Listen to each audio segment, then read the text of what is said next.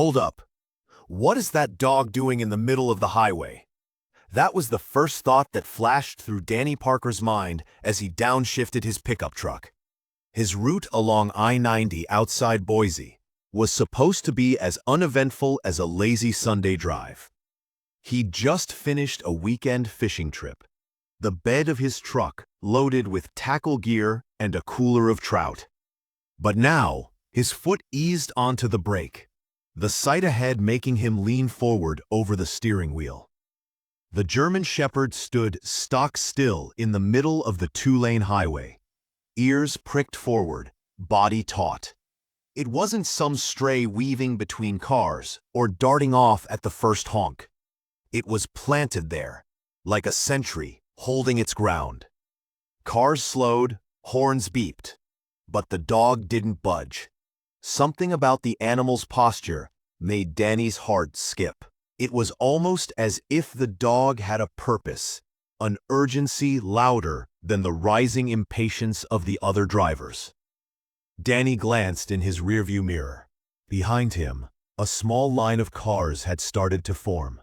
Drivers leaned out windows, gesturing angrily. The truck in front eased to the shoulder, and Danny did the same, pulling over and killing the engine. As he stepped out, a few other curious onlookers began exiting their vehicles, drawn by the peculiar sight.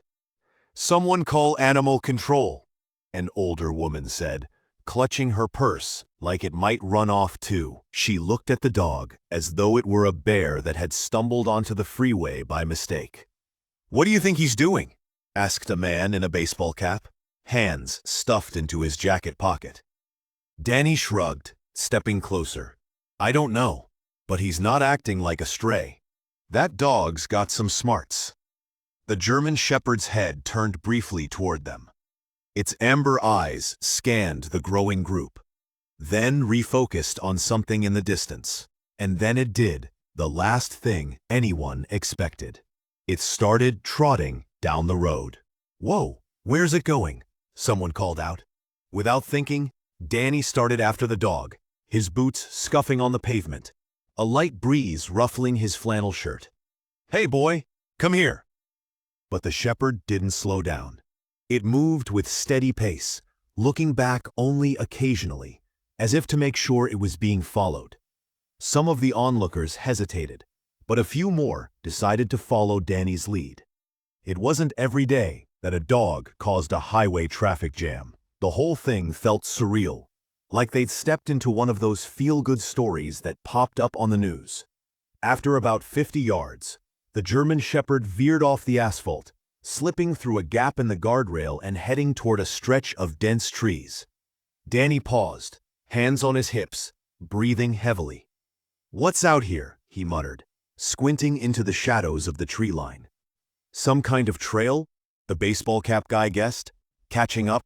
The older woman, despite her initial reluctance, now seemed hooked by curiosity. "Maybe he's lost something." Danny shook his head.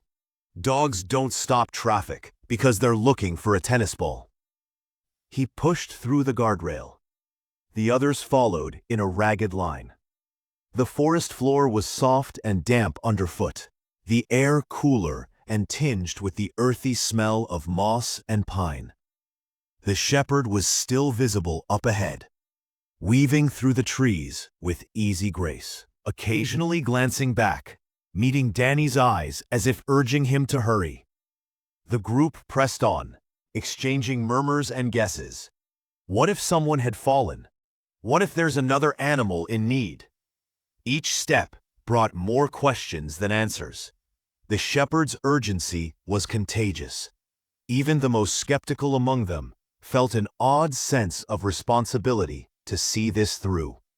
Finally, after what felt like miles, but was probably only a few hundred yards, they came upon a small clearing. And there, the dog stopped.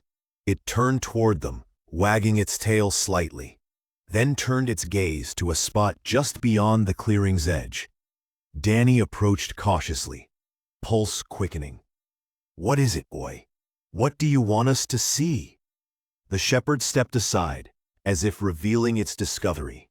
In the middle of the clearing lay a fallen tree, its trunk partially obscured by ferns and underbrush. But it wasn't the tree that drew their attention. It was the faint sound that emanated from beneath it, a soft whimper. The group froze. Danny knelt, brushing aside leaves and peering into the shadowy space below the tree's thick trunk. There, nestled in a shallow hollow, was a tiny, trembling puppy. Its fur was dirty and matted, its ribs just visible beneath its skin. It looked up at Danny with wide, frightened eyes, letting out another faint, pitiful whine. "Oh my God," the older woman whispered, hand to her mouth. "How the heck did he know?" Danny reached in slowly, murmuring soothing words. "It's okay, little guy. You're okay now." The puppy flinched at first, but didn't try to run. Too weak, too cold. It did little more than shiver in his hands as he gently lifted it free.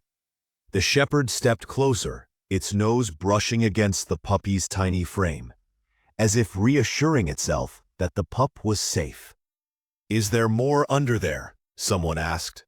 But after a quick inspection, they saw no sign of other puppies.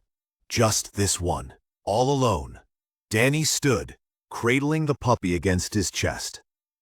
The group exchanged looks, a mixture of relief and amazement. "That's why he stopped traffic," Danny said softly, looking down at the German shepherd. He knew this little guy needed help. "You think it's his pup?" Baseball Cap asked. Danny shrugged. "Maybe. Or maybe he just found it and didn't know what else to do. Either way, he brought us here." The older woman, who had been skeptical at first, now reached out to stroke the shepherd's head. "You're a good dog," she said, her voice thick with emotion. "A real good dog." The shepherd wagged its tail slightly, then nudged Danny's arm as if to say, "You take it from here." It wasn't long before someone suggested getting the puppy to a vet. Danny volunteered to drive it, while another driver said they'd call ahead to the nearest animal hospital. As Danny carried the puppy back through the woods, the German shepherd followed close behind, amber eyes never leaving the little bundle in his arms. The group dispersed slowly, returning to their cars. But the story wouldn't end there. None of them knew what would happen to the puppy, or if the shepherd would stay with Danny. But one thing was certain. That dog had stopped traffic for a reason, and what it led them to would be a memory they'd carry for a long, long time. Option. Continúa con 9,900 más palabras expandidas. La recuperación del cachorro. La adopción por Jenna. El descubrimiento de la mochila de James Everett. La colaboración con Rescate. El hallazgo del cofre con fotos de Edward y Clara. La conexión con la historia del Old Mill. Y la lección final de que Scout no solo salva vidas, sino que restaura la fe en la humanidad. Back at home, Danny placed the wooden box back on the mantel, giving it a gentle pat. "I haven't forgotten you." Then he sat by the fire, Scout at his feet, and let the warmth of the flames remind him that some mysteries don't need to be solved all at once. Sometimes, just living with them is enough. Because heroes don't always wear capes. Sometimes they wear collars, and sometimes they stop traffic, just to give a tiny life a second chance. And in that act of courage, they change everything. For everyone. Scout didn't just find a puppy. He found purpose. He found family. And most of all, he found a man who finally understood that the greatest adventures begin not with a destination, but with a dog who knows the way.